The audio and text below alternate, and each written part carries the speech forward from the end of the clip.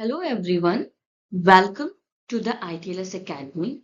Today we are going to discuss another topic in the series of FSSAI water analysis, and the topic that we are going to discuss is determination of calcium by EDTA titrametric method.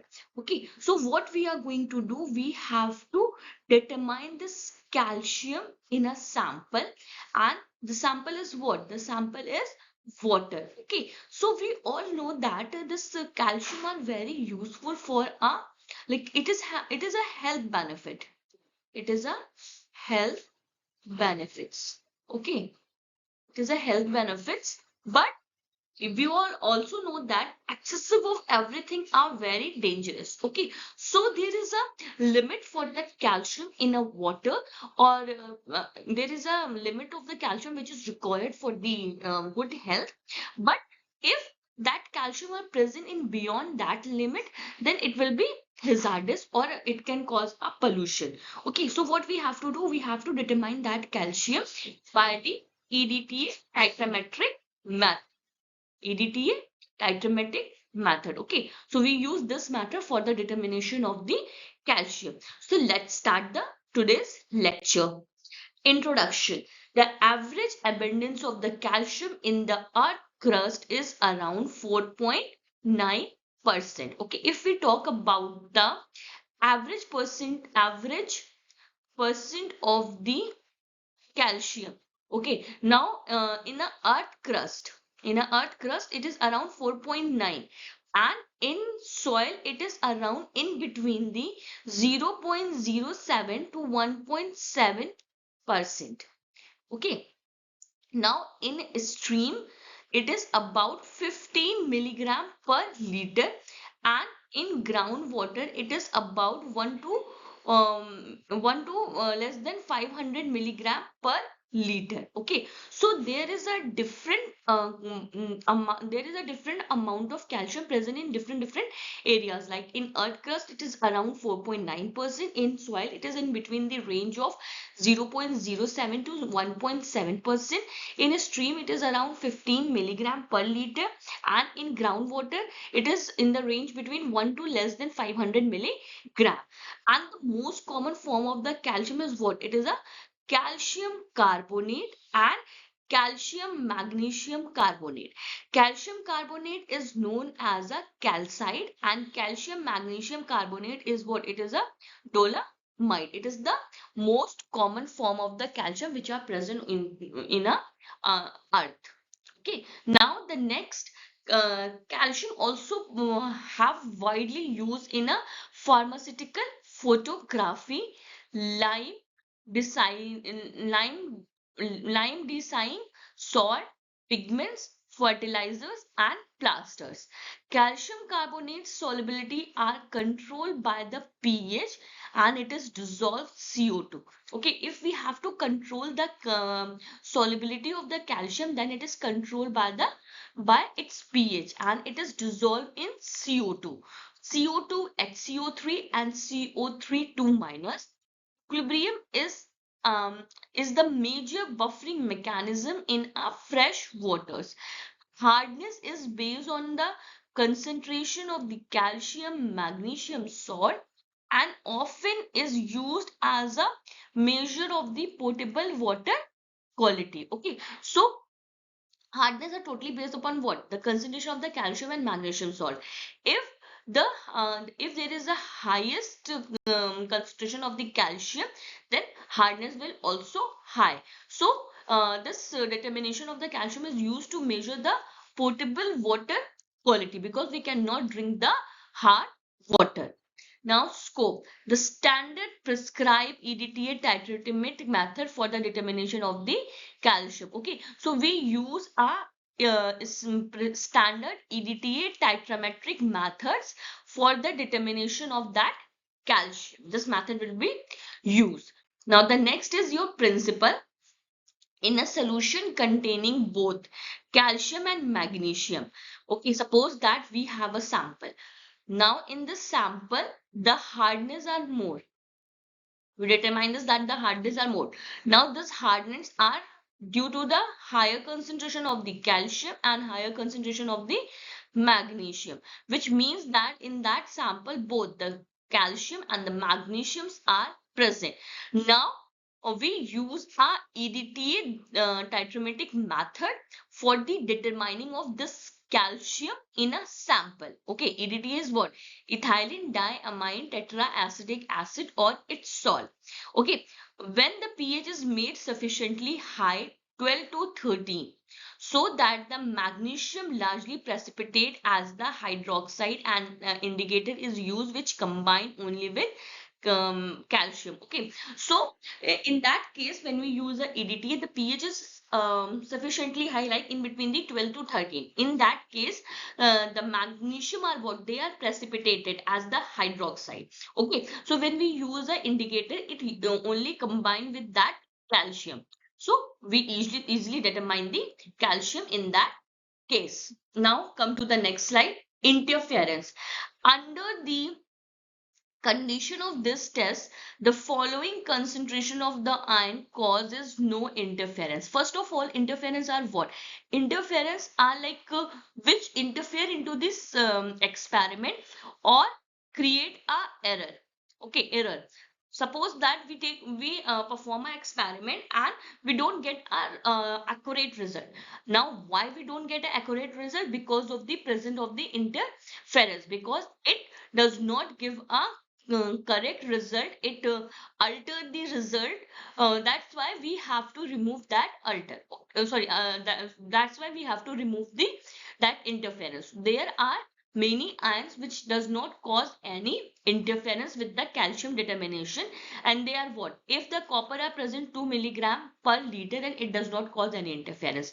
Ferrous ion 20 milligram, ferric ion 20 milligram per liter, magnesium 20 milligram per liter, zinc 5 milligram per liter. Okay, if these copper, ferrous ion, ferric ion, and manganese and zinc ion, they are present in that concentration which are written in a slide, then it does not cause any interference.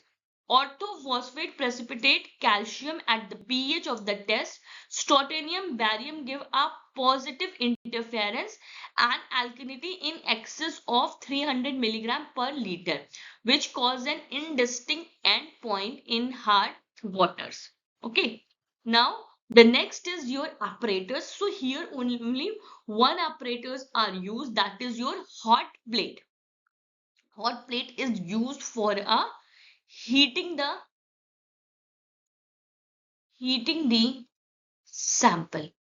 Okay, so it is in the range of 13 to 50 centimeter heating surface is advocate. Okay, so 13 to 50 centimeters heating surface are required for the heating purpose. That's why we use a hot plate. Now the reagent that we use in this experiment, that is your sodium hydroxide solution of 1 normal and hydrochloric acid of 0.1 normal. Okay, so how we prepare this solution will be clear in our solution preparation video, which are already uploaded in our YouTube channel. You can visit our YouTube channel and see that video. Now, quality of the reagent, unless specified otherwise, pure chemicals and distilled water shall be used in this test. Okay, if there is a specific instruction are there, then we use that type of the chemical, and until if there is no specification are required, then we use a pure chemical or the distilled water which is used in this test. Okay, now the next is indicator solution. So here there are 2 to 3 indicator solution that we can use any of them. The first is your murex-side, that is your ammonium puripurate indicator solution. Okay, so this solution is changed from pink to purple at the end point. Okay, so when we use this murex-side, then what they do, they changes its color from pink to purple. This is the end point. An indicator solution can be prepared by dissolving 150 milligram of the dye in 100 gram of absolute ethylene glycol. What we have to do, we take 100 gram of the absolute ethylene glycol and we dissolve a 150 milligram of that dye. Then water solution of the dye are not stable for a longer than a day. Then a ground mixture of the dye powder and a sodium chloride provide a stable form of the indicator. If we use a water for mixing that dye, that it does not use in a longer day. Okay, so what we do, we take a ground mixture of that dye powder and sodium chloride, then it provides a longer stability. It is prepared by the mixing of the 200 milligram of peroxide with 100 gram of the solid sodium chloride and grinding the mixture to 300 to 425 microns. Okay, that's how we prepare this peroxide indicator. Now the titration should be performed immediately as we prepare that solution.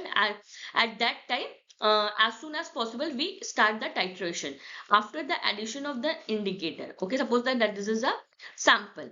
Now what we have to do, we add an indicator, and after that we do a titration.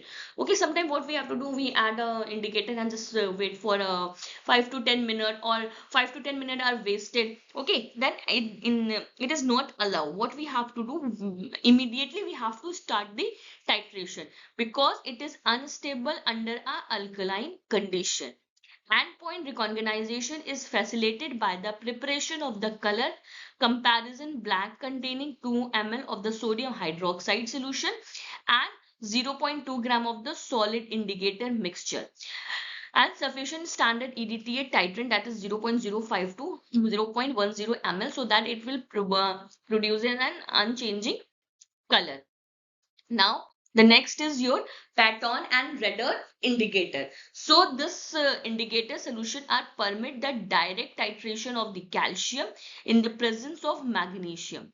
Okay, so if the magnesium are present, then this Paton Redder indicator are used for a direct titration of the calcium. It produces a sharp color change from wine red to pure blue. This is your endpoint. When we start the experiment, it is a wine red color, and when we get endpoint, then it will be a pure blue color. It is prepared by mixing of the 1 gram of the Paton Redders, that is your Ericorum blue black R. Okay, Paton Redder, which is what? It is a Ericorum blue black R reagent with the 100 gram of the sodium sulfate or potassium sulfate. This is how we prepare this indicator. Now come to the next.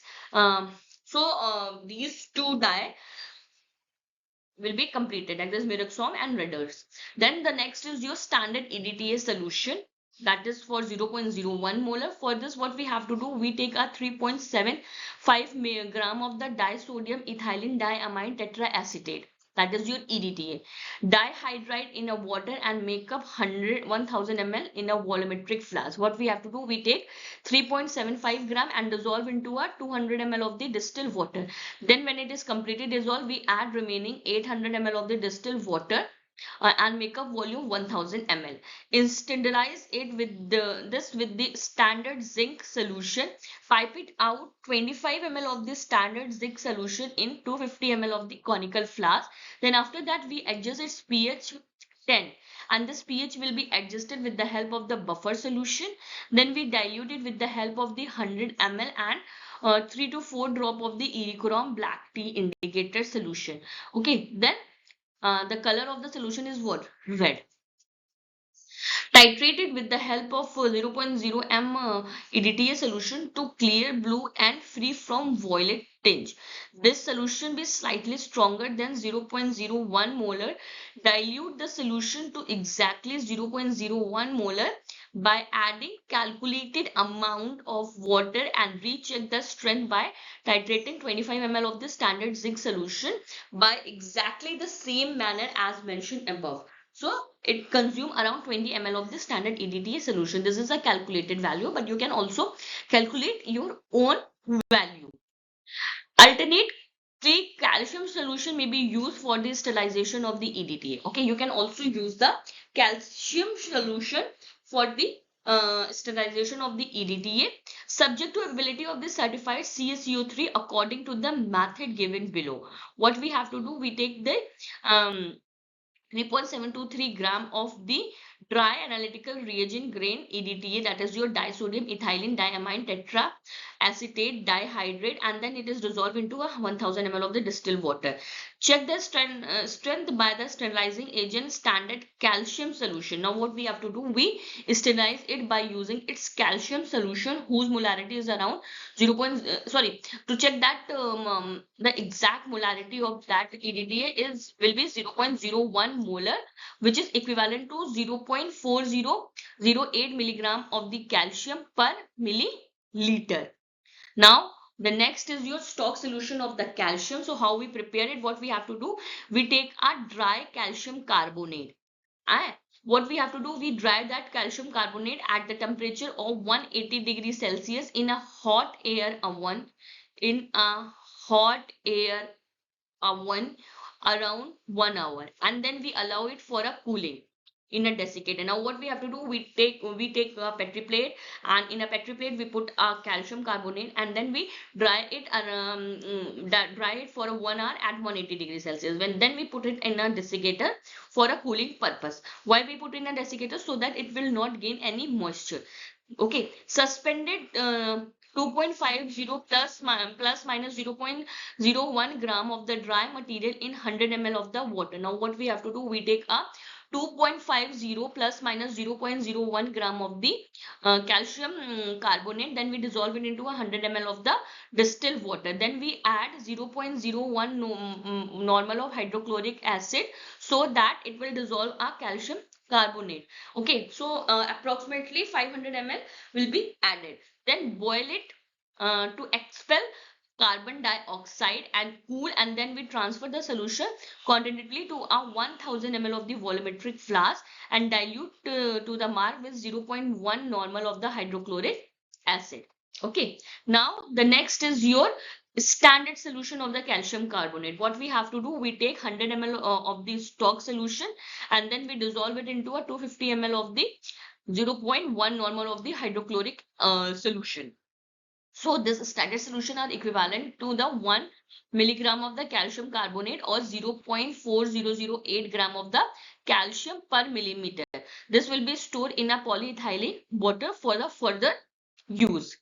Procedure: pre-treatment. First of all, what we have to do, we take a sample and we have to do a pre-treatment. For this, what we have to do, we take a sample and pre-treat it if it is required. Then we transfer in a suitable volume, that is 50 to 100 ml in a conical flask whose capacity will be around 250 milligram. Then we add a